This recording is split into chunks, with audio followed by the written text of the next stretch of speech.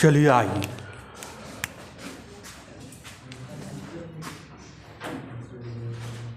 Chapter 7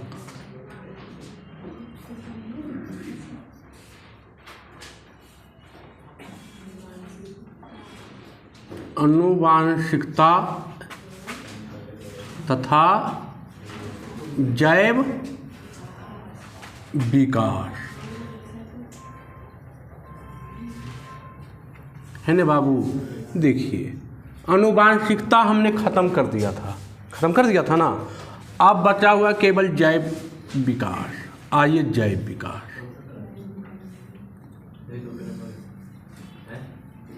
जैव विकास देखिए समय समय के साथ शरीर में कुछ परिवर्तन होते रहता है, उसी को क्या बोलते हैं? जैव विकास। उसी को क्या बोलते हैं? जैव विकास, है ना। शरीर में या कोई भी जीव में समय समय पर उसमें क्या होता रहता है? परिवर्तन होता रहता है, विकास होता रहता है, उसी को बोलते हैं जैव विकास। देखिएगा जैव विकास किसे कहते हैं बाबू? जीव विज्ञान विज्ञान की वह शाखा है, जीव विज्ञान विज्ञान की वह शाखा है, जीव विज्ञान विज्ञान की वह शाखा, जीव विज्ञान की वह, ऐसे लिखेगा, जीव विज्ञान की वह शाखा, जीव विज्ञान की वह शाखा, जीव विज्ञान की वह शाखा जिसमें जीवों की उत्पत्ति, जीव विज्ञान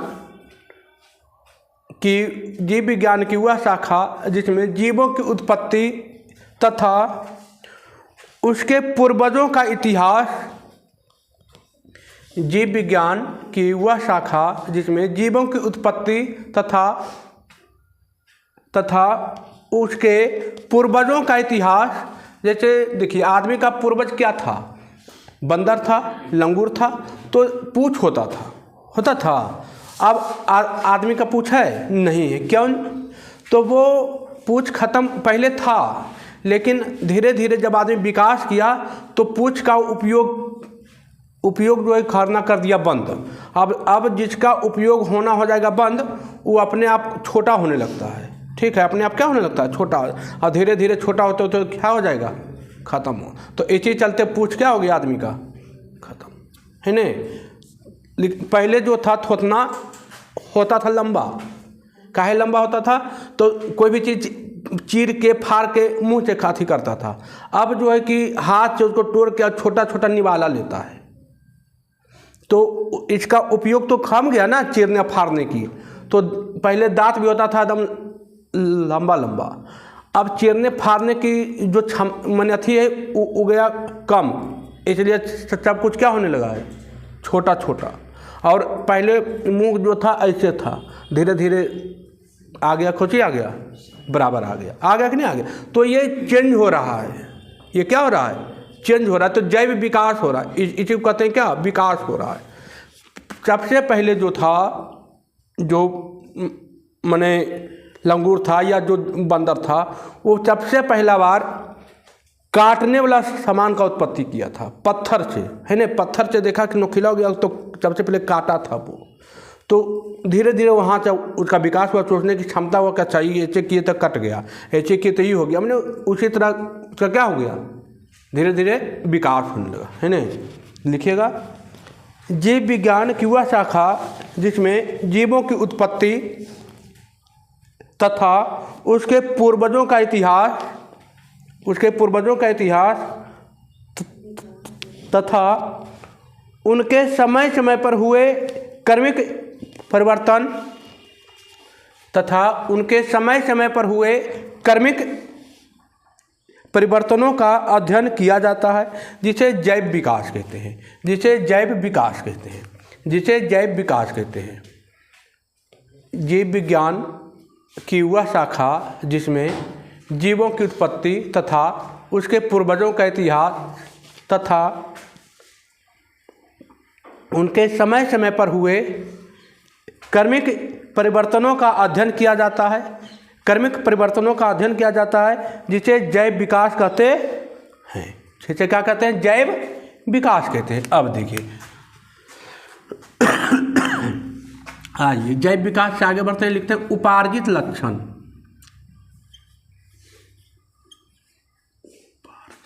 उपार्जित लक्षण है ना बाबू, उपार्जित लक्षण, देखिए उपार्जित गलती लिखा गया, उपार्जित लक्षण, ठीक है, उपार्जित लक्षण,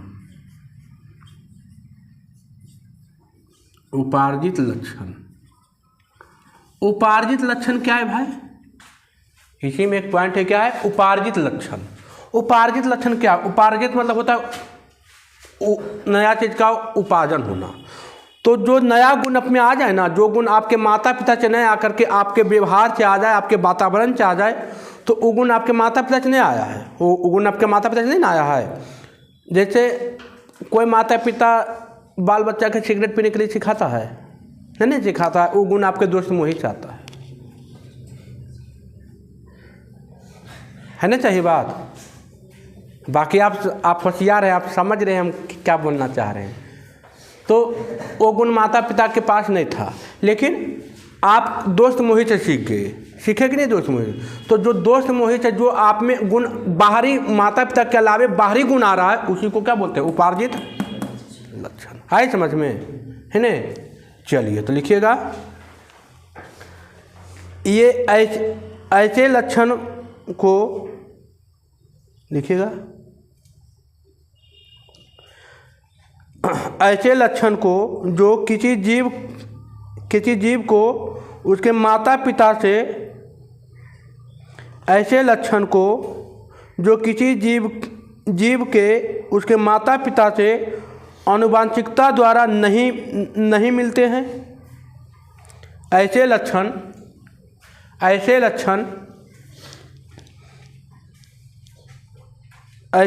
को जो किसी जीव को उसके माता पिता से आनुवंशिकता के द्वारा नहीं मिलता है, लेकिन वह उन्हें स्वयं ही प्रकृति द्वारा प्राप्त करता है, उसे उपार्जित लक्षण कहते हैं। ऐसे लक्षण को जो किसी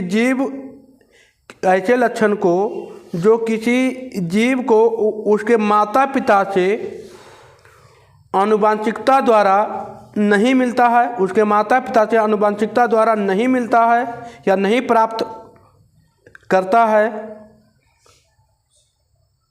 नहीं मिलता है, लेकिन वह उन्हें स्वयं की प्रकृति द्वारा प्राप्त करता है, लेकिन वह उन्हें स्वयं ही प्रकृति द्वारा प्राप्त करता है, उसे उपार्जित लक्षण कहते हैं, उसे उपार्जित लक्षण कहते हैं, उसे उपार्जित लक्षण कहते हैं। हो गया। ऐसे लक्षण को जो किसी जीव को उसके माता पिता से आनुवंशिकता द्वारा नहीं मिलता है, लेकिन वह उन्हें स्वयं ही प्रकृति द्वारा प्राप्त करता है, उसे उपार्जित लक्षण कहते हैं। अब देखिए, उपार्जित लक्षण वंशानुगत होता नहीं है, लेकिन आप में आ गया है तो धीरे धीरे वंशानुगत हो जाता है।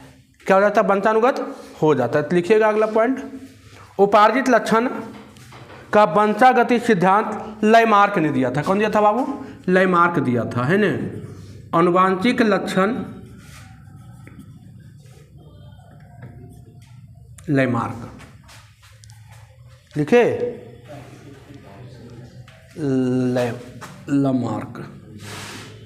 लैमार्क लिखे। उपार्जित लक्षण का वंशागति सिद्धांत लैमार्क ने दिया था, है ना।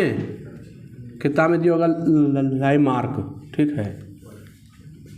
लिखे, उपार्जित लक्षण का वंशागति सिद्धांत लैमार्क ने दिया था। ये एक वैज्ञानिक था बाबू, है ना, जीव विज्ञान का, जो फ्रांस का था। कहाँ का था ये, फ्रांस का था। लिखेगा अगला पॉइंट, लिखेगा लिखे, उपार्जित लक्षण का वंशागति सिद्धांत कौन दिया था, लैमार्क ने दिया था। अगला पॉइंट, लैमार्क फ्रांस के वैज्ञानिक थे, लैमार्क फ्रांस के वैज्ञानिक थे, है ना।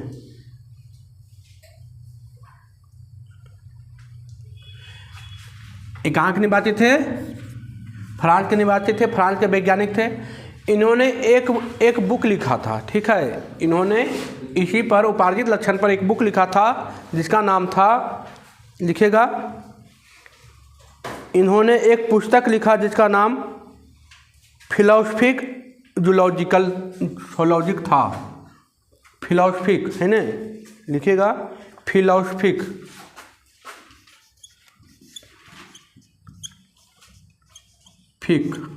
फिलोसफिक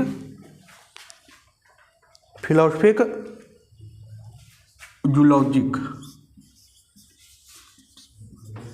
फिलोसफिक जूलॉजिक था। ठीक है, इसी पर लिखे थे उपार्जित लक्षण के सिद्धांत पर एक बुक लिखा था उन्होंने, जिसका नाम क्या था, फिलोसफिक जूलॉजिक, लिखेगा।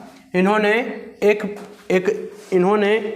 एक पुस्तक लिखा जिसका नाम फिलोसफिक जूलॉजिक था, जिसका नाम क्या था, फिलोसफिक जूलॉजिक था। हो गया।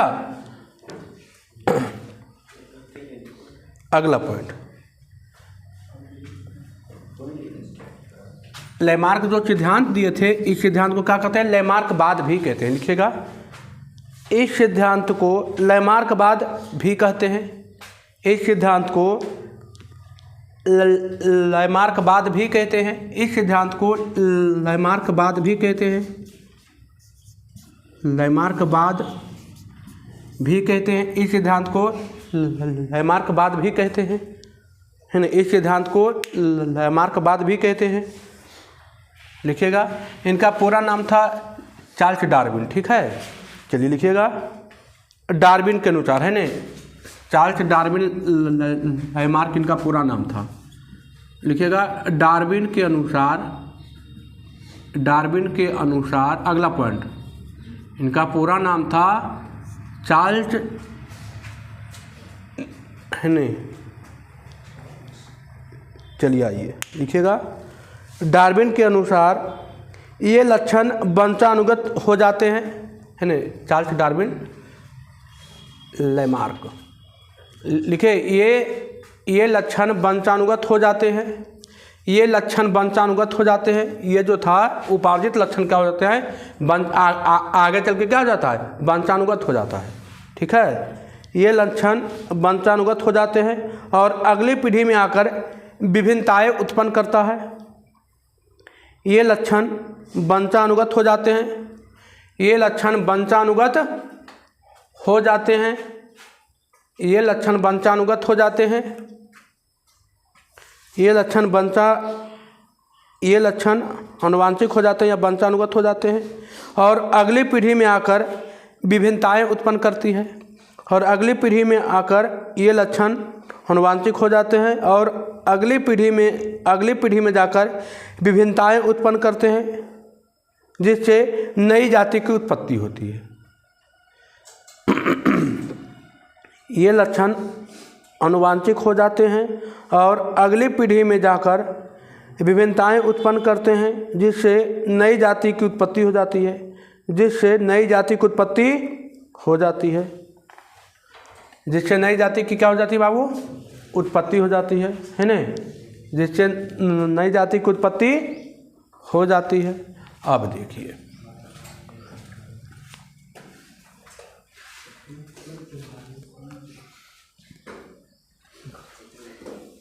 नई जाति की उत्पत्ति हो जाती है। अब आइए,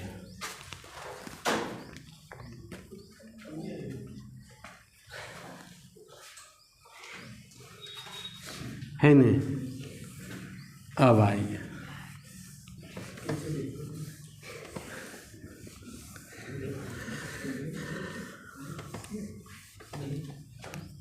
अगला चलिए, आनुवांशिक गुण।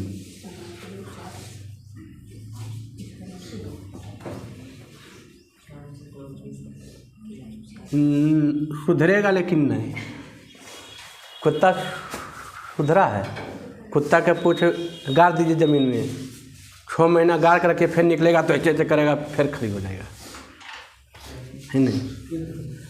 अगला लिखेगा आनुवांशिक गुण। देखिए, आनुवांशिक गुण के बारे में सबसे पहले बताया था चार्ल्स रॉबर्ट डार्विन। कौन बताया था? Charles Robert Darwin. लिखिएगा, आनुवांशिक गुण में लिखिएगा। आनुवांशिक गुण के बारे में सबसे पहले चार्ल्स रॉबर्ट डार्विन ने बताया था। आनुवांशिक गुण के सबसे आनुवांशिक गुण आनुवांशिक गुण के बारे में सबसे पहले चार्ल्स रॉबर्ट डार्विन है ना, चार्ल्स रॉबर्ट डार्विन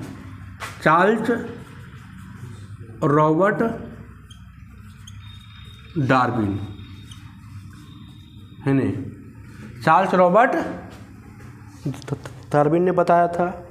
आनुवांशिक गुण के बारे में सबसे पहले चार्ल्स रॉबर्ट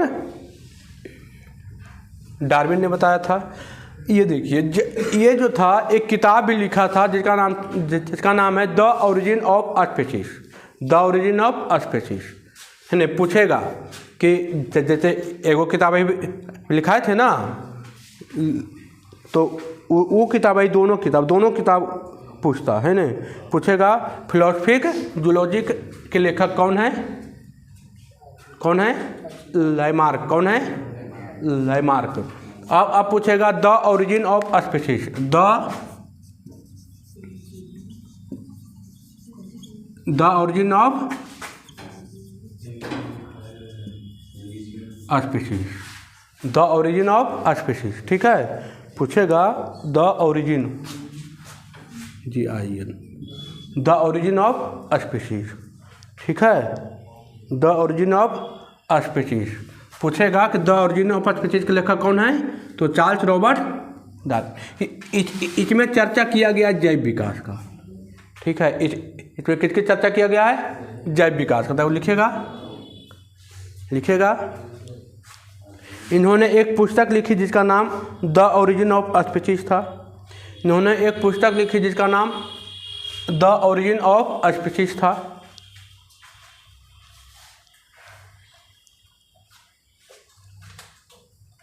इन्होंने एक पुस्तक लिखी जिसका नाम द ओरिजिन ऑफ स्पीशीज था। पूछेगा, ये बहुत बार पूछा गया। भी आई है बाबू, स्टार जरूर मारिए है ना। भी आई है, ठीक है, भी आई है, ठीक है, भी आई है। पूछेगा द ओरिजिन ऑफ स्पीशीज के लेखक कौन है? चार्ल्स रॉबर्ट डार्विन है ना। अगला पॉइंट लिखेगा, अगला पॉइंट लिखेगा इन्होंने एक सिद्धांत दिया जिसे प्राकृतिक चुनाव द्वारा प्राणियों का विकास या डार्विनवाद कहलाया। इन्होंने एक सिद्धांत दिया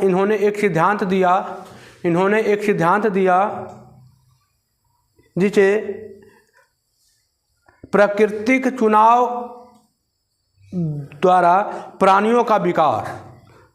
इन्होंने एक सिद्धांत दिया जिसे प्राकृतिक चुनाव द्वारा प्राणियों का विकास या डार्विनवाद कहलाया। इन्होंने एक सिद्धांत दिया जिसे प्राकृतिक चुनाव द्वारा प्राणियों का विकास तथा डार्विनवाद कहलाया। अब पूछेगा डार्विनवाद का सिद्धांत कौन दिया? चार्ल्स रॉबर्ट डार्विन दिया। अब आगे बढ़ते हैं बाबू। अब एक है जाति उद्भव। लिखिएगा जाति उद्भव।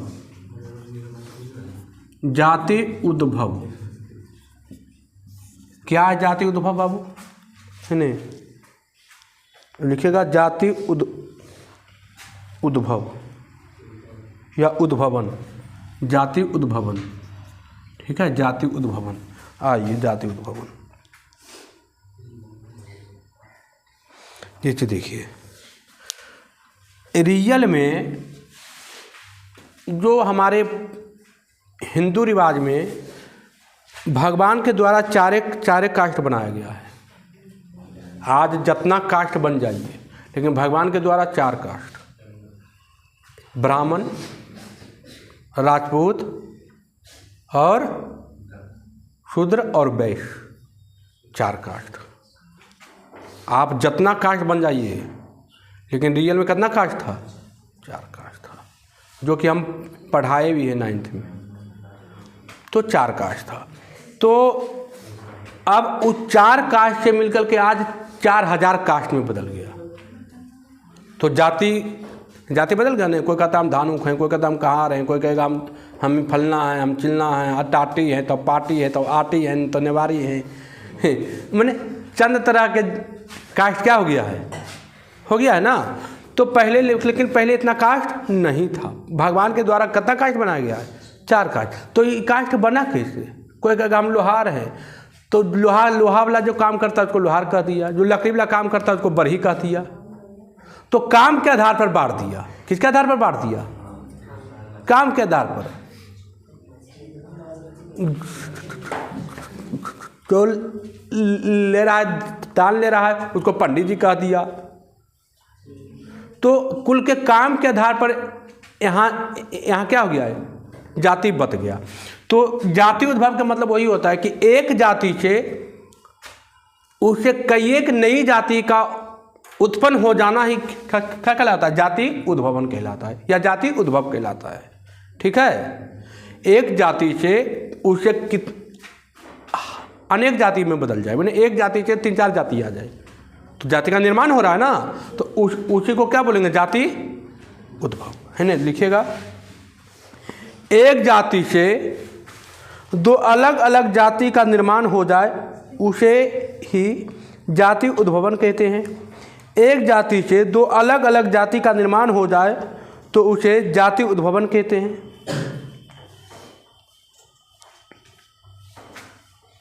लिखे, एक जाति से 2 अलग अलग जाति का निर्माण हो जाए उसे जाति उद्भवन कहते हैं। लिखे, एक जाति से 2 अलग अलग जाति का निर्माण हो जाए तो उसे जाति उद्भवन कहते हैं। अब आइए, अब आगे फिर बढ़ते हैं। एक जाति से 2 अलग अलग जाति का क्या हो जाए? निर्माण हो जाए तो उसे जाति उद्भवन कहते हैं। अब देखिए, अब यहाँ से पूछेगा क्वेश्चन कि द ओरिजिन ऑफ स्पीशीज के लेखक कौन है? चार्ल्स, बताए ना, चार्ल्स डार्विन। पूछेगा फिलोसफिक जूलॉजिस्ट का लेखक कौन है? लैमार्क। कौन है? लैमार्क। यहाँ से पूछेगा कि आनुवांशिक गुण के बारे में सबसे पहले कौन बताए थे? चार्ल्स रॉबर्ट डार्विन, है ना। आनुवांशिक गुण का खोज वही नहीं किया था, तभी तो उसका नाम आया, है ना। अब आइए, अब लिखिएगा तुलनात्मक संरचना। तुलनात्मक संरचना, तुलनात्मक संरचना, तुलनात्मक संरचना,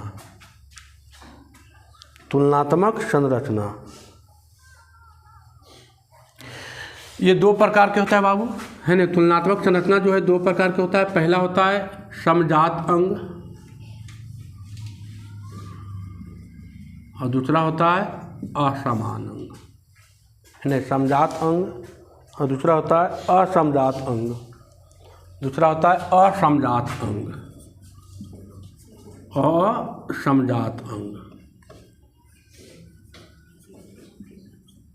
समजात अंग। देखिए, समजात अंग मतलब बाबू कि अंग समान है। अंग क्या है? समान है। जैसे हाथ है तो हाथ समान है, लेकिन उसका कार्य जो है अलग अलग है। आप गाय भैंस देख रहे हैं, आदमी देख रहे हैं, आदमी भी ऐसे चलेगा तो चलने का काम करेगा, लेकिन आदमी जो चलता है नहीं चलता है, लेकिन उसका जो दोनों जानवर का जो दोनों पैर है किसका यूज में है? चलने का यूज में। लेकिन अंग समान है। अंग क्या है? समान है, लेकिन उसका काम क्या है? अलग अलग है। उसका काम क्या है? अलग अलग है ना। तो जिसका अंग समान हो लेकिन काम क्या हो? अलग अलग हो, उसको समजात अंग। जिसका अंग समान नहीं हो लेकिन काम समान हो तो उसको असमजात अंग कहेंगे, है ना। पहला हेडिंग डालिएगा समजात अंग, पहला हेडिंग डालेगा समजात अंग। 2 जीवों का वैसा अंग, 2 जीवों का, है ना। पहला हेडिंग डालेगा समजात अंग। 2 जीवों का वैसा अंग दो जीवों का वैसा अंग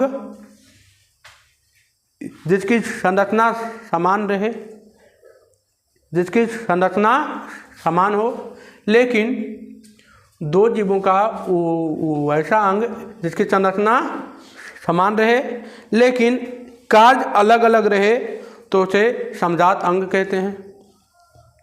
दो जीवों का वैसा अंग जिसकी संरचना समान रहे लेकिन कार्य अलग अलग रहे तो उसे समजात अंग कहते हैं। दो जीवों का वैसा अंग जिसकी संरचना समान रहे लेकिन कार्य अलग अलग रहे उसे समजात अंग कहते हैं। जैसे मेढक, पक्षी, बिल्ली इत्यादि। मेढक, पक्षी, बिल्ली इत्यादि। कुछ अंग ऐसा है बाबू जो सब में समान है लेकिन कार्य क्या है, अलग अलग है ना। मेढक, पक्षी, बिल्ली इत्यादि। अब दूसरा हेडिंग डालेगा असमजात अंग। असमजात अंग, असमजात अंग लिखे, मेढक, पक्षी, बिल्ली इत्यादि। असमजात अंग लिखेगा वैसा अंग जिसकी संरचना अलग अलग रहे, वैसा अंग जिसकी संरचना अलग अलग हो लेकिन वैसा अंग जिसकी संरचना अलग अलग हो लेकिन कार्य समान रहे, वैसा अंग जिसकी संरचना अलग अलग हो लेकिन कार्य समान हो है न, कार्य समान रहे उसे असमजात अंग कहते हैं। जैसे तितली का पंख, चमगादड़ का पंख। तितली का पंख भी देख रहे हैं ना, वो भी उड़ने काम करता है और चमगादड़ का पंख भी क्या करता है, लेकिन अंग तो अलग अलग है। लिखे वैसा अंग जिनका संरचना समान रहे लेकिन कार्य, वैसा अंग जिसकी संरचना अलग अलग रहे लेकिन कार्य समान रहे उसे असमजात अंग कहते हैं।